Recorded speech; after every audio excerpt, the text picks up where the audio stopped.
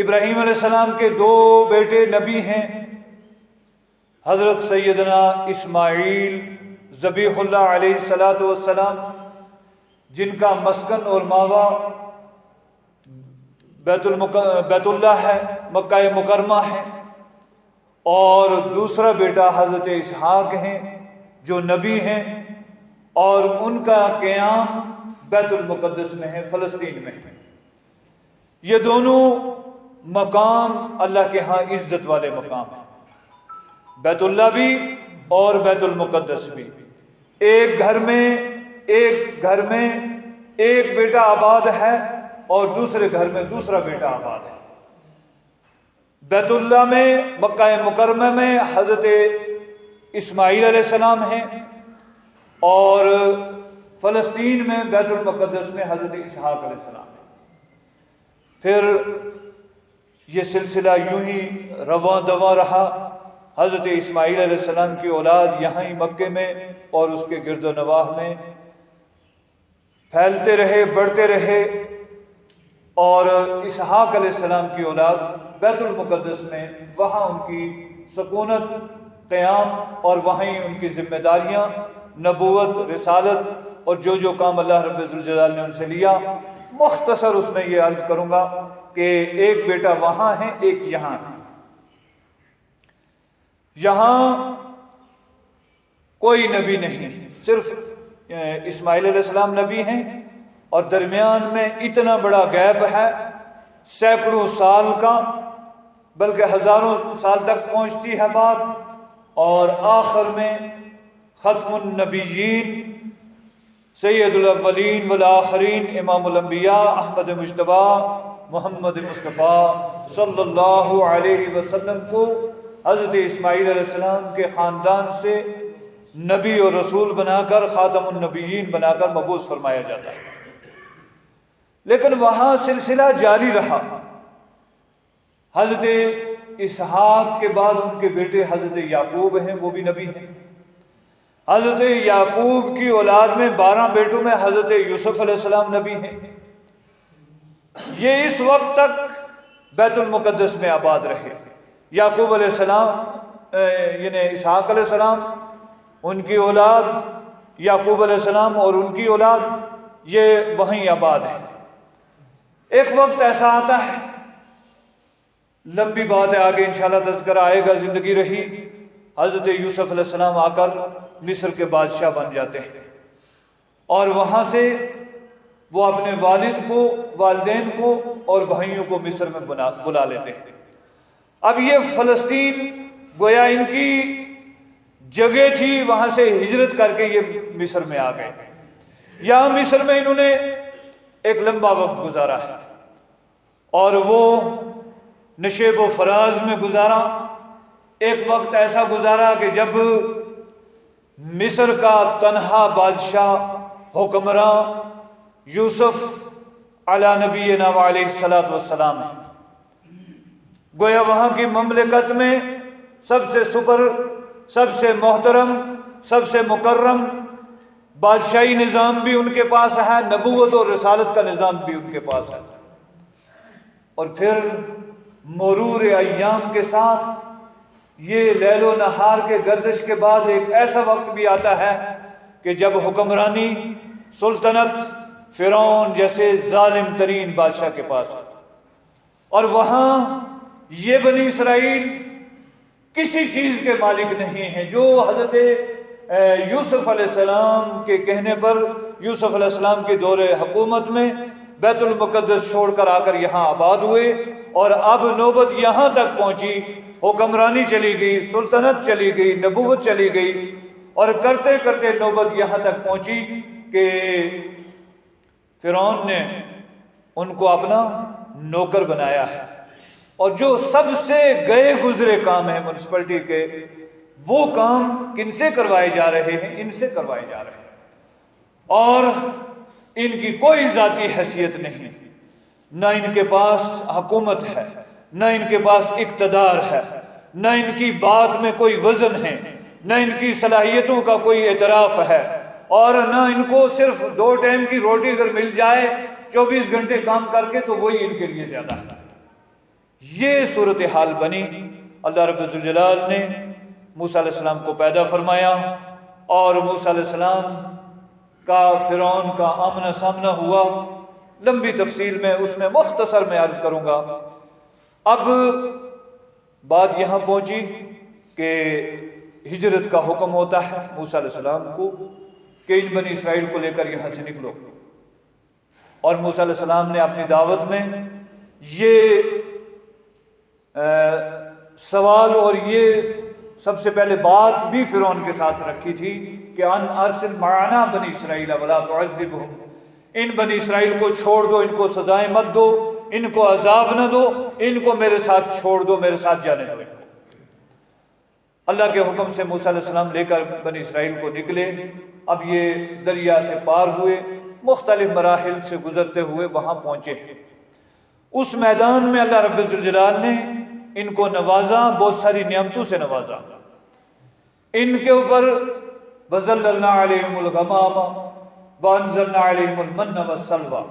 اللہ فرماتا ہے ہم نے جب ان کو دھوپ لگنے لگی تو سائے کا انتظام کیا، بادلوں کے سائے کیے ان کے اوپر، کھانے پینے کے لیے من و سلوہ ان کو عطا کیا گیا، اور اسی دریا سے ان کو نجات دے دی۔ اسی دریا میں فرعون اور فرعون کی ساری فوج کو غرق کیا۔ فرمایا اذ قال موسیٰ لقومہ یا قوم اذکروا نعمت اللہ علیکم، اللہ کی ان بے شمار نعمتوں کو یاد کرو اپنے پر، اور ان نعمتوں میں سے یہ ساری نعمتیں ان کے ساتھ ہوئی کہ یہ فرعون کے اس جبر سے، اس ظلم سے، اس کے اس ظالم پنجے سے نکالے گئے۔ پھر ان کو وہاں دریا سے پار گزارا گیا، پھر ان کے لیے وہاں سائے کا بندوبست کیا گیا، پھر ان کے لیے کھانے پینے کا بندوبست کیا گیا۔ ان ساری نعمتوں کا تذکرہ، نعمتیں یاد کرو اور نعمتوں پر رب کا شکریہ ادا کرو۔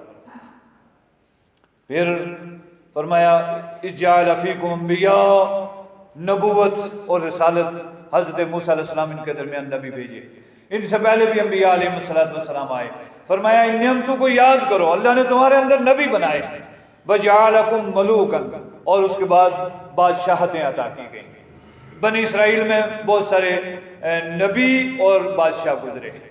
حضرت سلیمان علیہ السلام ہیں، حضرت داؤد علیہ السلام ہیں، اور بعض روایات کے مطابق پہلے شخص ہیں کہ جو رسول بھی ہیں، صاحب شریعت رسول ہیں، اور حکمراں ہیں، بادشاہ ہیں۔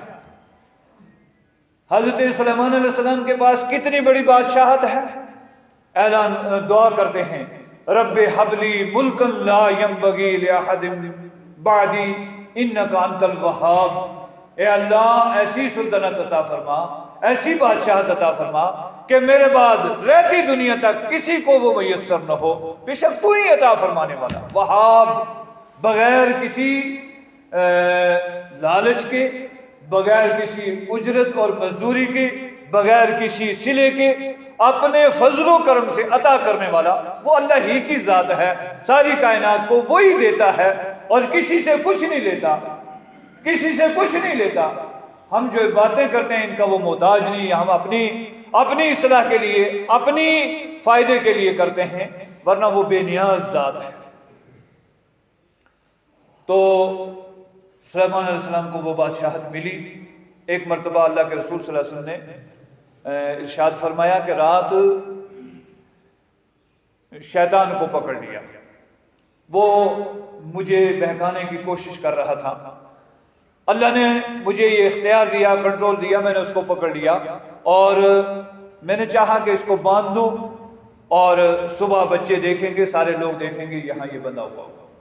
پھر مجھے یاد آئی دعا حضرت سلیمان علیہ السلام کی کہ رب حب لی ملکا لا ینبغی لأحد بعدی انک انت الوہاب، تو میں نے چھوڑ دیا، چونکہ یہ جنات و شیاطین سارے کے سارے حضرت سلیمان علیہ السلام کے تابع فرمان کر دیے تھے رب الجلال۔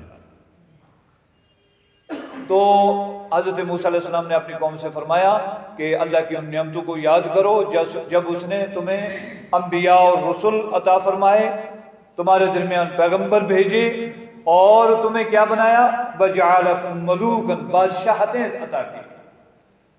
ملوکیت یہ بری شے نہیں ہے۔ لوگوں نے اس کو وہ بنایا ہے، بڑی بڑی کتابیں لکھی گئی ہیں، لمبی گفتگو ہے، میں اس میں نہیں جاؤں گا۔ اگر عدل ہے، انصاف ہے، تو حقوق کی ادائیگی ہے، تو ملوکیت مذموم شے نہیں ہے، جس طرح کہ اس کو مذموم انداز سے پیش کیا گیا ہے۔ وَجَعَلَكُم مُلُوكًا، اور اللہ نے ان کو بادشاہ بنایا۔ اگر یہ اتنی مذموم حرکت ہوتی، اتنی ناپسندیدہ چیز ہوتی جس انداز سے آج بعض تاریخ والوں نے اس کو پیش کیا ہے، تو یہ اللہ تعالیٰ انبیاء کو عطا نہیں کرتا۔ انبیاء کو اللہ تعالیٰ ایسی کوئی رذیل خصلت کبھی بھی عطا نہیں کرتا کہ جو ذلت اور رسوائی کی بات ہو، کمی اور کوتاہی کی بات ہو، اور اس کی نسبت انبیاء اور رسل کی طرف ہو، ایسا ہرگز نہیں ہوتا۔ ملوکیت، بادشاہت فی نفس ہی بری شے نہیں ہے، اس لیے اگر یہ بری شے ہوتی تو اللہ رب الجلال انبیاء کو عطا نہیں فرماتا۔ فرمایا اجعل فیکم انبیاء وجعلکم ملوکا وآتاکم ما لم یؤت احد من العالمین، تمہیں وہ نعمتیں عطا فرمائیں کہ جو ساری کائنات میں، سارے جہنم میں کسی کو نہیں عطا کی گئی تھی۔ اللہ تعالیٰ نے بنی اسرائیل کو بہت ساری نعمتوں سے نوازا، لہذا ان نعمتوں کا ذکر کیا، ان نعمتوں کا تذکرہ کیا، اور فرمایا تمہیں وہ چیزیں دی گئیں جو تم سے پہلے کسی کو نہیں دی گئی، ان نعمتوں کو یاد کرو اور ان پر رب کا شکریہ ادا کرو۔ وَآتَاكُم مَا لَمْ يُؤْتِ أَحَدًا مِّنَ الْعَالَمِينَ يَا قَوْمِ ادْخُلُوا الْأَرْضَ الْمُقَدَّسَةَ الَّتِي كَتَبَ اللَّهُ لَكُمْ۔ اب یہاں ان کو یہ حکم ہوا کہ چلو اپنی اس وراثتی زمین پر چلو جو اللہ نے تمہارے نام لکھ دی ہے، اور وہ کیا ہے؟ بیت المقدس ہے۔ اور ان دنوں میں بیت المقدس پر عمالقہ ایک قوم تھی، اس کا قبضہ اور کنٹرول تھا، جو مشہور تھی کہ وہ جنگجو ہیں، بہادر ہیں، لڑنے والے ہیں، ایسے ہیں ایسے ہیں، یعنی ان کے بڑے چرچے تھے۔ لیکن نظام سارا اللہ رب الجلال کے قبضہ قدرت میں ہے، اس کے اختیار میں ہے، وہ اپنے بندوں کو حکم دے رہا ہے، اور جب وہ حکم دے رہا ہے تو وہ مدد کرتا ہے۔ ان بنی اسرائیل کی وہ کتنی بار مدد کر چکا ہے کہ کھانے پینے کے لیے ان کے لیے من و سلوے کا انتظام کیا ہے، گرمی اور شدت سے بچنے کے لیے ان کے اوپر بادلوں کے سائے کیے ہیں، ان کی ہر ڈیمانڈ پوری کی۔ یہ اس مقام میں تھے، پانی طلب کیا، اللہ نے موسیٰ علیہ السلام کو حکم دیا لاٹھی پتھر پر مارو، اور پتھر سے 12 قبیلے تھے، 12 چشمے پانی کی جاری کیے، اور جو انہوں نے مانگا وہ سب اللہ رب الجلال نے ان کو عطا فرمایا۔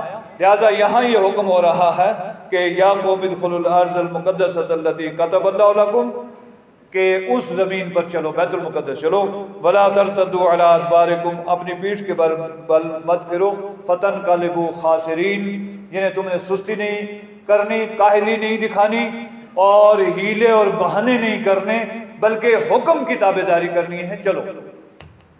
اب یہ چلنے کے لیے تیار نہیں ہوئے۔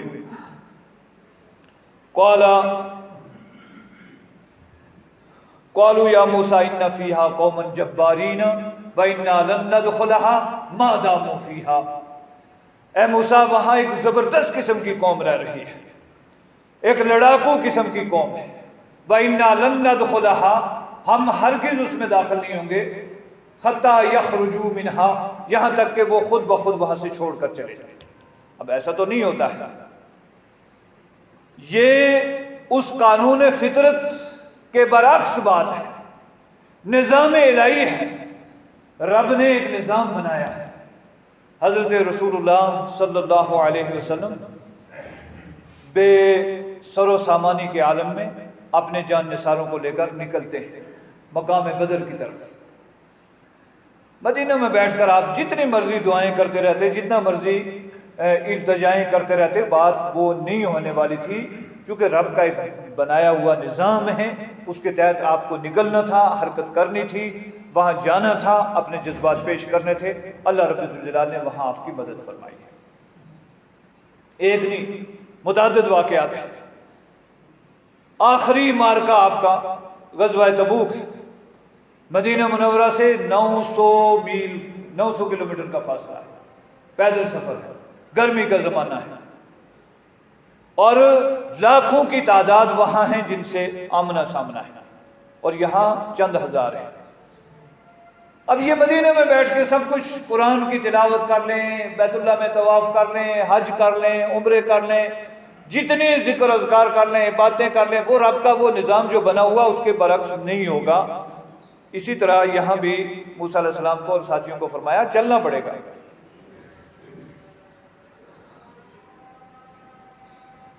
قالوا یا موسیٰ ان فیہا قوما جبارین، اب یہ ڈر گئے اور اپنے گھر میں بیٹھ گئے، نکلنا پسند نہیں کیا۔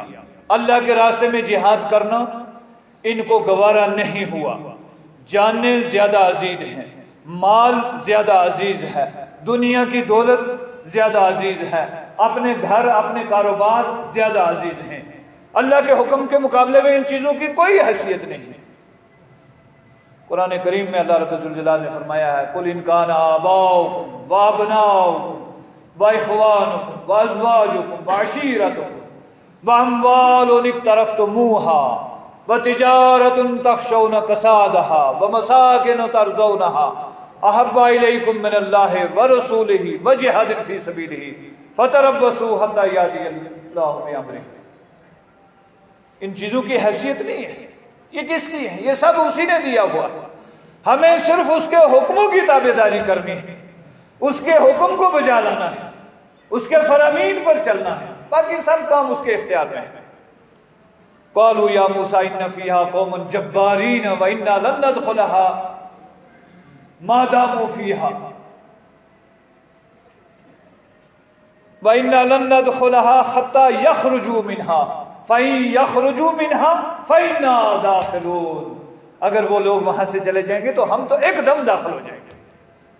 ایسا دنیا میں کبھی ہوا ہے کہ کوئی قوم کسی علاقے پر قابض ہو اور طاقت والی ہو، پاور والی ہو، اور ان کی اس شجاعت بہادری اور ان چیزوں کی شہرت ہو، دنیا جانتی ہو، اور پھر وہ خود بخود بیت المقدس چھوڑ کر چلے جائیں گے اور پھر تم وہاں جا کر داخل ہو جانا اور اپنی حکمرانی جما لینا؟ یہ نہیں ہوتا ہے۔ رب کا ایک بنایا ہوا نظام ہے، اسی کے مطابق سب کچھ چلتا ہے۔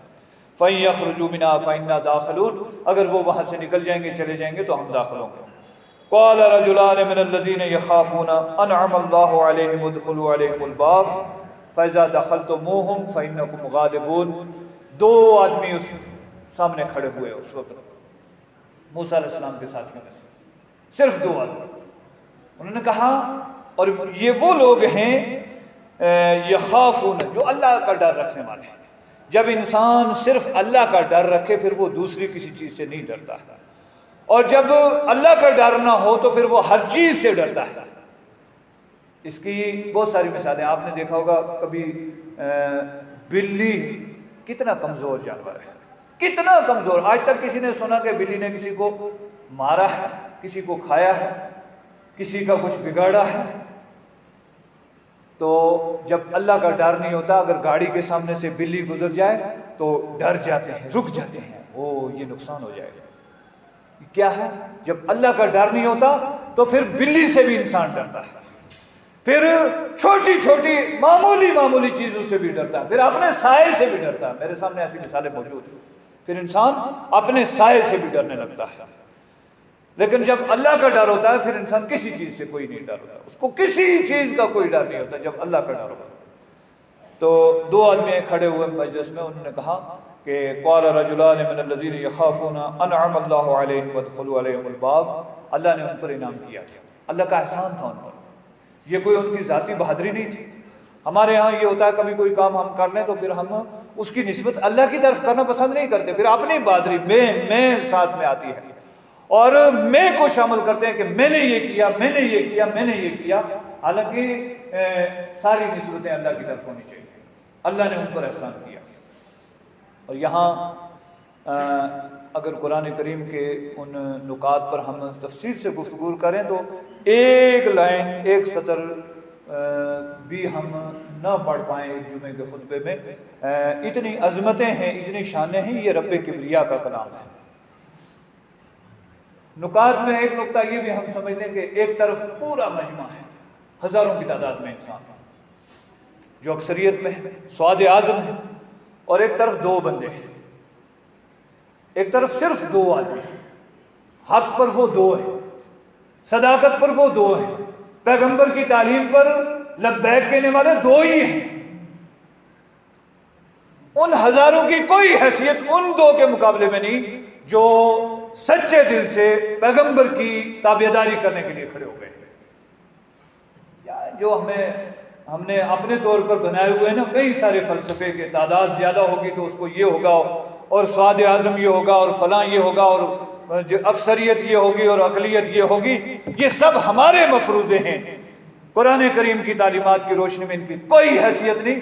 اصل حق بات ہے، سچ بات ہے، پیغمبر کی اتباع ہے، شریعت کی اتباع ہے۔ اگر انسان اللہ اور اس کے رسول کے پیغامات اور تعلیمات کو اپنانے والا ہے، پھر وہاں تعداد کم اور زیادہ یہ نہیں دیکھا جائے گا۔ قال رجلان، یہ تسنیہ کا صیغہ، رجلان دو آدمی آئے، یہاں کوئی تین بھی اگر جمع ہو جاتا تو ہم سمجھتے کہ پتہ نہیں کتنے ہیں، لیکن رجلان دو آدمی صرف آ گیا۔ قال رجلان من الذین یخافون، یہ اللہ سے ڈرنے والے تھے، انعم اللہ علیہم، اللہ نے ان پر انعام کیا، احسان کیا۔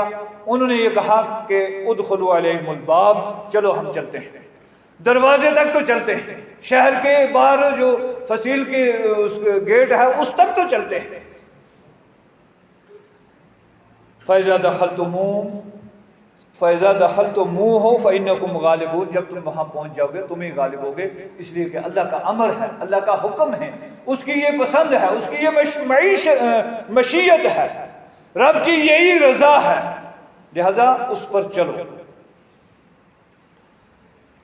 وَعَلَى اللَّهِ فَتَوَكَّلُوا إِن كُنتُم مُؤْمِنِينَ، اور اللہ ہی پر بھروسہ کرو اگر تم مومن ہو۔ اگر تم مومن ہو تو اللہ ہی پر بھروسہ کرو۔ مومن کا بھروسہ کس پر ہے؟ نہ اپنے بازو پر، نہ کسی اور شے پر۔ جتنی اشیاء گنی جاتی ہیں، جتنی اشیاء شمار کی جاتی ہیں، ان میں سے مومن کا بھروسہ کسی شے پر نہیں ہونا چاہیے۔ مومن کا بھروسہ اسباب پر نہیں، مسبب الاسباب پر ہونا چاہیے۔ وَعَلَى اللَّهِ فَتَوَكَّلُوا، اللہ ہی پر بھروسہ کرو، اللہ پر ہی بھروسہ کرو، ان کنتم مومنین، اگر تم مومن ہو۔ بنی اسرائیل کو مخاطب کر کے ہمیں یہ درس دیا جا رہا ہے، یہ اسی طرح ہمارے لیے بھی تعلیمات ہیں جس طرح بنی اسرائیل کے لیے تھی۔ اللہ پر ہی بھروسہ کرنا ہے۔ وَعَلَى اللَّهِ فَتَوَكَّلُوا إِن كُنتُم مُؤْمِنِينَ، بشرطے کہ تم مومن ہو۔ اگر تم مومن ہو تو تمہارا بھروسہ کس پر ہونا چاہیے؟ اللہ پر ہونا چاہیے، اور اللہ ہی پر بھروسہ کرو اگر تم مومن ہو۔ قالوا یا موسیٰ انا لن ندخلها ابدا ما داموا فیہا، دوبارہ انہوں نے کہا ہے موسیٰ ہرگز ہرگز ہم نہیں جائیں گے جب تک کہ وہ وہاں رہیں۔ فَاذْهَبْ أَنْتَ وَرَبُّكَ فَقَاتِلَا إِنَّا هَاهُنَا قَاعِدُونَ۔ جب انسان کا مزاج بگڑتا ہے پھر اس کے منہ سے کیسی کیسی باتیں نکلتی ہیں۔ یہ مخاطب ہیں حضرت کلیم اللہ سے، وہ کلیم اللہ کے جن کو زمین پر رہتے ہوئے یہ شرف حاصل ہوا کہ کوہ طور سے رب ذوالجلال کے ساتھ براہ راست گفتگو فرما رہے ہیں، اور کہتے ہیں کیا؟ جاؤ تم اور تمہارا رب جا کر لڑو، ہم یہیں بیٹھیں گے، ہم نہیں جا سکتے، ہمیں جہاد کرنے سے نفرت ہے، ہم عاری ہیں، ہم عاجز ہیں، ہم قاصر ہیں، ہم بگاری ہیں، ہم نہیں جائیں گے، تم جاؤ تمہارا رب جاؤ جا کر لڑو، ہم یہیں بیٹھیں گے۔ یہ حالت پستی اور ذلت اور رسوائی کی ہو چکی تھی ان لوگوں کی، اس حد تک یہ گر چکے تھے۔ اللہ کے رسول صلی اللہ علیہ وسلم نے غزوہ بدر کے موقع پر صحابہ کرام سے مشورہ فرمایا ہمیں کیا کرنا چاہیے، تو صحابہ میں ایسے لوگ تھے جنہوں نے اٹھ کر یہ اعلان کیا، اور یہ جملہ بھی وہاں دہرایا، انہوں نے کہا ہم وہ موسیٰ کے ساتھی نہیں ہیں جنہوں نے یہ کہا تھا فَاذْهَبْ أَنْتَ وَرَبُّكَ فَقَاتِلَا انا ہاہنا قاعدون، ہم وہ ہیں کہ آپ ہمیں دریا میں اگر چھلانگ لگانے کے لیے کہیں گے تو ہم لگائیں گے، صحرا میں چلیں گے تو چلیں گے، دن میں کہیں گے تو چلیں گے، رات میں کہیں گے تو چلیں گے، جس حال میں بھی آپ حکم دیں گے ہم آپ کے حکم کے مطابق وہاں چلنے کے لیے تیار ہیں۔ انا لن ندخلها ابدا ما داموا فيها فاذهب انت وربك فقاتلا انا هاهنا قاعدون۔ اس وقت حضرت موسیٰ علیہ السلام مایوس ہوئے۔ یہ قرآن کریم میں دوسری جگہ بھی بیان موجود ہے، حتی اذا استیأس الرسل وظنوا انہم قد کذبوا یا کذبوا، یہاں تک نوبت پہنچی، امتحان ہوئے، آزمائشیں ہوئی، انبیاء اس حد تک پہنچے کہ شاید اب کوئی شخص، ایک شخص بھی ہمارے ساتھ کھڑا ہونے کے لیے تیار نہیں ہوگا۔ موسیٰ علیہ السلام نے فرمایا قال رب انی لا املک الا نفسی واخی، اے اللہ میں نہیں اختیار رکھتا مگر اپنی ذات کا اور ایک میرا بھائی ہے ہارون جو نبی ہے، ان دو کے علاوہ میں تیسرے کسی کی بات نہیں کرتا۔ یہاں یہ نقطہ بھی ہمیں سمجھنا چاہیے کہ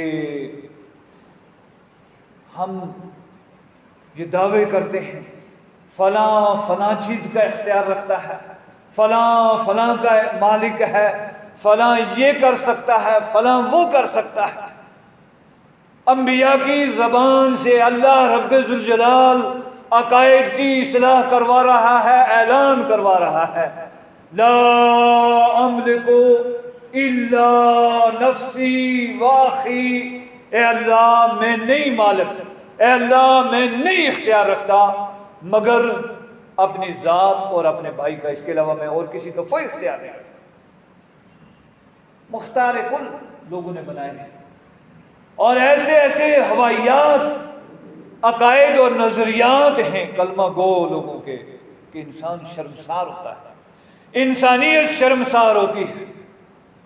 اور یہ یاد رکھو تمام انبیاء اور رسل کی بعثت کا مقصد عقائد کی اصلاح، عقیدے درست کرو، اللہ کے اذن کے علاوہ، اللہ کی مرضی کے علاوہ کوئی کسی کے لیے کچھ اختیار نہیں رکھتا۔ یہ قرآن کریم ہے، قرآن کریم ہے، اس کو کوئی چیلنج نہیں کر سکتا، چیلنج کرنے والا مسلمان ہی نہیں ہو سکتا۔ انی لا املک الا نفسی واخی، یہ حضرت موسیٰ علیہ السلام فرماتے ہیں اللہ بے شک میں صرف قال رب انی لا املک الا نفسی واخی فافرق بیننا وبین القوم الفاسقین، اس فاسق قوم کے درمیان اور ہمارے درمیان تو ہی فیصلہ کرنے والا ہے، فیصلہ کر۔ اللہ رب العزت نے فرمایا رسول اللہ صلی اللہ علیہ وسلم بھی لگاتار محنت کر رہے ہیں، جس طرح فرمایا حضرت نوح علیہ السلام نے رب انی دعوت قومی لیلا و نہارا، اے اللہ دن بھی نہیں دیکھا اور رات بھی نہیں دیکھی، غم بھی نہیں دیکھا اور تنگی بھی نہیں دیکھی، عسر بھی نہیں اور یسر بھی نہیں، کوئی موقع میں نے ایسا نہیں دیکھا جس میں میں بات پیغام پہنچا سکتا تھا اس میں نے کوتاہی کی ہو، میں نے مکمل پیغام پہنچایا، لیکن فلم یزدہم دعائی الا فرارا، انہوں نے اتنا ہی رائے فرار اختیار کیا جتنا میں نے ان کو سمجھایا۔ اور رسول اللہ صلی اللہ علیہ وسلم کی اس سلسلے میں محنت کس قدر تھی کہ اللہ تعالیٰ نے فرمایا فَلَعَلَّكَ بَاخِعٌ نَفْسَكَ عَلَىٰ آثَارِهِمْ إِن لَّمْ يُؤْمِنُوا بِهَٰذَا الْحَدِيثِ آسَفًا، کہ شاید آپ اپنے آپ کو، اپنے نفس کو ہلاکت میں ڈال دیں گے افسوس کرتے کرتے اس بات پر کہ یہ آپ کی بات کو تسلیم نہیں کرتے۔ ابو جہل مسلمان نہیں ہو رہا، عتبہ نہیں ہو رہا، شیبہ نہیں ہو رہا، ابو لہب نہیں ہو رہا، دوسرے نہیں ہو رہے، آپ ان کے پیچھے کیا افسوس کرتے کرتے اپنے آپ کو ہلاکت میں ڈالیں گے؟ گویا اس حد تک آپ نے فرض کو نبھایا، ذمہ داری کو نبھایا جو رب نے آپ پر ذمہ داری لگائی۔ تمام انبیاء کا یہی نظام رہا ہے، انبیاء نے بات پہنچانے میں، تبلیغ کرنے میں کوئی کمی نہیں چھوڑی، کوئی نقطہ چھپایا نہیں اور کوئی اپنی طرف سے بڑھایا نہیں، جس طرح اللہ رب العزت نے حکم دیا اس طرح قوموں تک پہنچایا ہے۔ تو موسیٰ علیہ السلام جب رنجیدہ ہوئے، رب انی لا املک الا نفسی واخی فافرق بیننا و بین القوم الفاسقین. یہ فرمایا اے اللہ اب میرے درمیان ان کے درمیان تو ہی فیصلہ فرما. تو رسول اللہ صلی اللہ علیہ وسلم کو بھی یہ تسلی دی جا رہی ہے آپ گھبرائیں نہیں, آپ رنجیدہ نہیں ہو, آپ پریشان نہیں ہو. اگر یہ نہیں مان رہے تو انبیاء سابقین کے ساتھ بھی ایسے واقعات پیش آئے ہیں اور آپ نے گویا اپنا فرض نبھایا, ذمہ داری پوری کر دی. اب کوئی مانے یا نہ مانے یہ آپ کے ذمہ نہیں ہے. اللہ رب الجلال نے فرمایا قال فإنها محرمة عليهم 40 سنة يتيهون في الأرض فلا تأس على القوم الفاسقين. فرمایا اب ان کی غفلت, کاہلی, سستی اور نافرمانی کی سزا ان کو یہ ہے کہ ان کے اوپر 40 سال تک کے لیے ارض مقدس میں داخلہ حرام کر دیا ہے. اب یہ اسی مقام تیگ میں جہاں پڑے ہیں یہیں مارے مارے پھریں گے اور یہ ذلتیں اور یہ رسوائیاں اسی طرح اٹھاتے رہیں گے, اسی طرح ان حالات سے گزرتے رہیں گے. کبھی کبھی ہمیں بھی اپنے پر غور کرنا چاہیے اور ضرور کرنا چاہیے کہ اگر ہمارے اوپر تباہیاں ہیں, ذلتیں ہیں, رسوائیاں ہیں تو کوتاہی کس کی ہے؟ رب ظالم نہیں ہے, کوتاہیاں ہماری اپنی ہیں. قال فإنها محرمة عليهم 40 سنة. یہاں 40 سال کی ٹھپی لگی, بور لگ گئی. ہمارے اوپر پتہ نہیں 100 سال کی لگی, 200 سال کی لگی, کتنے عرصے کی لگی, رب بہتر جانتا ہے. لیکن ہماری کوتاہیوں کی وجہ سے یہ ہوا جس طرح ان کی کوتاہیوں کی وجہ سے وہ ہوا. فرمایا فإنها محرمة عليهم 40 سنة. یہ حرام ہے ان پر داخلہ فلسطین کا 40 سال تک. یتیہون فی الارض, مارے مارے پھریں گے زمین میں. فلا تأس علی القوم الفاسقین. اب اس فاسق قوم پر آپ کو افسوس کرنے کی کوئی ضرورت نہیں. بات سے بات نکات سمجھنے کی ضرورت ہے. کبھی کبھی ہم رنجیدہ ہوتے ہیں کہ فلاں جگہ ہماری اتنی تعداد تھی اور ہمارے ساتھ یہ سلوک ہو گیا. رب کہتا ہے ہمیں کوئی پرواہ نہیں ہے فاسقوں کی, جتنے مرضی ہوں اور جتنے مرضی مریں, جتنے مرضی ڈوبیں, جو کچھ مرضی ہو ان کے ساتھ, مجھے ان کی کوئی حیثیت نہیں. چونکہ ایمان سے خالی ہیں, عقیدے سے خالی ہیں, توحید سے خالی ہیں, اتباع رسول سے یہ عاری ہیں, عاجز ہیں. ہوتے رہیں جو مرضی ان کے ساتھ ہوتا رہے. فلا تأس علی القوم الفاسقین. اب اس قسم کے فاسقوں پر افسوس کرنے کی کوئی ضرورت نہیں. یہ ان آیات کا مختصر خلاصہ ہے. رب العالمین احکم الحاکمین سے دعا ہے کہ وہ ہمیں قرآن پڑھنے سمجھنے اس پر عمل کرنے کی توفیق عطا فرمائے. ایک چھوٹا سا نقطہ میں عرض کرنا چاہوں گا اور وہ ہیں بہت سی باتیں اس میں, لیکن ایک مختصر اس میں سے. ایک آدمی نے کہا جی بخاری شریف جو حدیث کی کتاب ہے وہ رسول اللہ نے لکھی اور صحابہ کرام نے چھپائی. یعنی جہالت کی یہ انتہا ہے.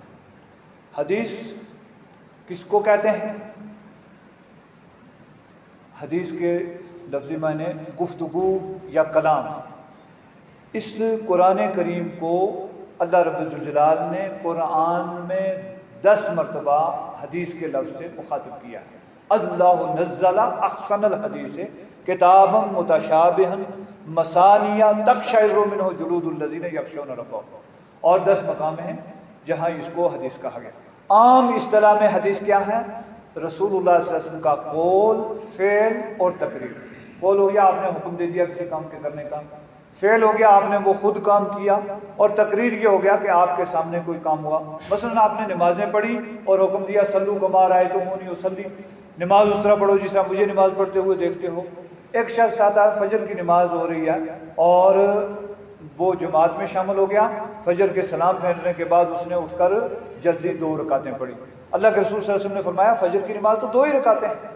اس نے کہا یا رسول اللہ میں نے پہلے والی سنتیں نہیں پڑھی تھی, وہ میں نے بعد میں ادا کی. آپ خاموش ہو گئے. یہ گویا رسول اللہ صلی اللہ علیہ وسلم کے سامنے ایک عمل ہوا اور آپ نے اس سے منع نہیں کیا, آپ خاموش ہو گئے. یہ حدیث کی تیسری حیثیت ہے, تقریری حیثیت. تو رسول اللہ صلی اللہ علیہ وسلم کے وہ اقوال, افعال اور تقاریر یہ حدیث کہلاتی ہے. ان کے سننے والے کتنے لوگ ہیں؟ سب سے پہلے صحابہ کرام ہیں. صحابہ کے بعد کون ہیں؟ صحابہ کے شاگرد ہیں تابعین، تابعین کے شاگرد کون ہیں؟ تبع تابعین۔ اور اس سے آگے چل کر جہاں یہ سیاہ ستہ کی 6 کتابیں، اور بھی بہت ساری حدیث کی کتابیں، لیکن مشہور سیاہ ستہ 6 کتابیں بخاری، مسلم، ترمذی، نسائی، ابن ماجہ اور ابو داود، یہ جو سیاہ ستہ کی 6 کتابیں ہیں جب یہ لکھی گئیں، تحریر میں آ گئیں، اس وقت سے لے کر آج تک وہ محفوظ ہیں تحریری شکل میں، قلمی نسخے بھی محفوظ ہیں اور جو چھپائی ہو رہی ہے وہ بھی محفوظ ہے۔ اس سے اوپر جو درجہ ہے رسول اللہ صلی اللہ علیہ وسلم سے لے کر ان محدثین تک، یہ تقریباً 1.25 لاکھ لوگوں کا ریکارڈ ہے اسماء الرجال کے نام سے۔ ان کی پوری یعنی تاریخ موجود ہے، یہ آدمی حدیث بیان کر رہا ہے، یہ صحابی ہے یا یہ تابعی ہے یا اس کا شاگرد ہے یا اس کا شاگرد ہے، یا امام بخاری نے جب یہ حدیث سنی تو ان کا استاد ہے، یہ پوری تفصیل موجود ہے۔ یہ پیدا کب ہوا اور اس نے عمر کتنی پائی اور یہ دفن کہاں ہے، تقریباً یہ ساری تفاصیل موجود ہیں۔ اور یہ کس درجے کے عالم تھے، انہوں نے کس کس استاد سے پڑھا تھا، ان کے بڑے بڑے شاگرد کون کون سے ہیں، یہ ساری تفصیل موجود ہے۔ تو اس طرح یہ جہالت کی باتیں نہیں کرنی چاہیے۔ رسول اللہ صلی اللہ علیہ وسلم کے فرامین صحابہ کرام نے اپنے اپنے طور پر لکھے بھی، زبانی یاد بھی کیے، آگے انہوں نے بیان کیے۔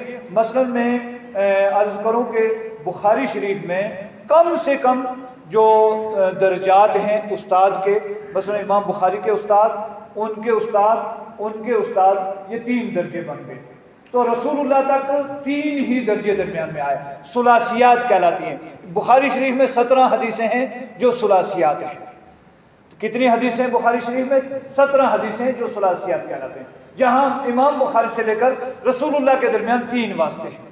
اور زیادہ سے زیادہ جو میں نے اپنے طور پر دیکھا ہے، کوشش کی ہے، وہ 8 درجے تک پہنچتے ہیں، ورنہ عام طور پر جو حدیثیں ہیں 5 درجے، 6 درجے، 4 درجے، 5 درجے، 6 درجے، یہ درجے ہیں۔ مثلا امام مسلم بیان کرتے ہیں حدثنا الزہری قال حدثنا سالم قال حدثنا عبداللہ بن عمر بن الخطاب قال كان رسول اللہ صلی اللہ علیہ وسلم يرفع يديه حذو منكبيه، یا کوئی بھی حدیث لے لو، اس طرح یہ درجات ہیں، یہ مراتب ہیں، اور یہ سارا ریکارڈ محفوظ ہے۔ صحابہ کرام کا ریکارڈ محفوظ ہے، تابعین کا ریکارڈ محفوظ ہے، ان کے شاگردوں کا ریکارڈ محفوظ ہے، ان کے بعد ان کے شاگردوں کا ریکارڈ محفوظ ہے۔ یا ادھر سے لے لیں، امام بخاری، مسلم، ترمذی، نسائی، ابن ماجہ اور ابو داود کے استادوں کے نام موجود ہیں، ان کے استادوں کے نام موجود ہیں، ان کے استادوں کے نام موجود ہیں۔ آج بھی ایسے حضرات موجود ہیں، تحریری شکل میں بھی، زبانی شکل میں بھی، کہ آج کی تاریخ سے لے کر، مثلا میں نے حدیث کی کتاب بخاری شریف مولانا عبدالغفار سے پڑھی، انہوں نے کس سے پڑھی، انہوں نے کس سے پڑھی، یہ پورا رسول اللہ تک سلسلہ سند آج بھی موجود ہے۔ تو جہالت کی باتیں کرنا، اس سے اجتناب کرنا چاہیے، سیکھنا چاہیے، پڑھنا چاہیے۔ اور یہ بات صرف اس لیے کہی گئی کہ امام بخاری سے امام ابو حنیفہ عمر میں بڑے تھے، تو جو امام ابو حنیفہ فرمائیں وہ درست ہے، کہ جو امام بخاری فرمائیں وہ درست ہے۔ جب ہم یہ مقابلہ کریں تو ہم نے یہ دیکھنا ہے کہ اگر ہے فرمان رسول اللہ کا، تو پھر وہ جو بھی فرمائے وہ بڑا ہے، چاہے امام ابو حنیفہ فرمائے چاہے امام بخاری فرمائے۔ اور اگر ذاتی رایا دے دیں تو وہ ذاتی رایا چاہے امام ابو حنیفہ دے دیں چاہے امام بخاری دے دیں، اس کی ایک ہی حیثیت ہے، اس میں کوئی بڑے چھوٹے کی بات نہیں ہے۔ اور اگر سند سے کوئی بات ثابت ہو امام ابو حنیفہ رحمۃ اللہ علیہ سے، تو ہم اس کو ماننے کے لیے اسی صورت میں تیار ہیں کہ جب وہ رسول اللہ کے فرمان سے ٹکراتی نہ ہو۔ میں ایک بات لمبی ہو جائے گی، میں ایک بات کہہ کے بات ختم کروں گا۔ مثلا قرآن کریم میں جمعہ، سورہ جمعہ ہے، جمعے کے احکامات بیان ہوئے۔ رسول اللہ کی حدیث ہے کہ الجمعۃ حق واجب علی کل مسلم، جمعہ حق ہے، واجب ہے، فرض ہے ہر مسلمان پر، الا علی 40، 4 اس میں مستثنا کیے، مریض او مسافر او صبی او امرات، بیمار پر جمعہ فرض نہیں، عورتوں پر جمعہ فرض نہیں، اور بچوں پر نہیں، اور 4 آدمی اس میں آپ نے مستثنا کر دیا، اس کے علاوہ سب پر جمعہ فرض ہے۔ اگر کوئی آدمی یہ کہے امام ابو حنیفہ کی طرف منسوب کر کے، مثلا قدوری کی عبارت ہے لا جمعہ ولا تشریقہ الا فی مصر جامع، کہ جمعہ اور عید بڑے شہر میں پڑھی جائیں گے، گاؤں دیہات میں نہیں پڑھی جائیں گے۔ کیا گاؤں دیہات میں مسلمان نہیں ہیں؟ رسول اللہ نے مسلمان کہہ دیا، جہاں مسلمان آباد ہوں گے وہاں ان شرائط کے مطابق وہ جمعہ بھی ادا کریں گے، عید کی نماز بھی ادا کریں گے۔ گویا یہ بات ٹکراتی ہے جب رسول اللہ کے صحیح فرمان سے ٹکراتی ہے۔ کہنے والا امام ابو حنیفہ ہو، ان کے والد ہوں، ان کے دادا ہوں، چاہے وہ اوپر چلا جائے کوئی بھی ہو، ہمیں اس کو تسلیم نہیں کرنا بلکہ رسول اللہ کے فرمان کو تسلیم کرنا ہے۔ لہذا احادیث کے بارے میں محدثین کب پیدا ہوئے، حدیثوں کی کیا حیثیت ہے، حدیثوں کے اقسام کیا کیا ہیں، یہ ساری باتیں ہمیں سیکھنی چاہیے، پڑھنی چاہیے۔ حدیثیں پڑھو، حدیثیں دین ہیں۔ جس طرح اللہ نے قرآن کو محفوظ فرمایا اس طرح اللہ نے حدیثوں کو بھی محفوظ فرمایا۔ جس طرح قرآنی آیات حجت ہیں اسی طرح حدیث رسول بھی حجت ہیں۔ تو استہزاء کرنا، مذاق اڑانا اور جہالت کی باتیں کرنا، اس سے اپنا ایمان برباد ہوتا ہے، اس سے اجتناب کرنا چاہیے۔ اللہ تعالی ہمیں کہنے سننے سے زیادہ عمل کی توفیق عطا فرمائے۔ اقول قولی ھذا استغفر اللہ لی ولکم ولسائر المسلمین فاستغفروہ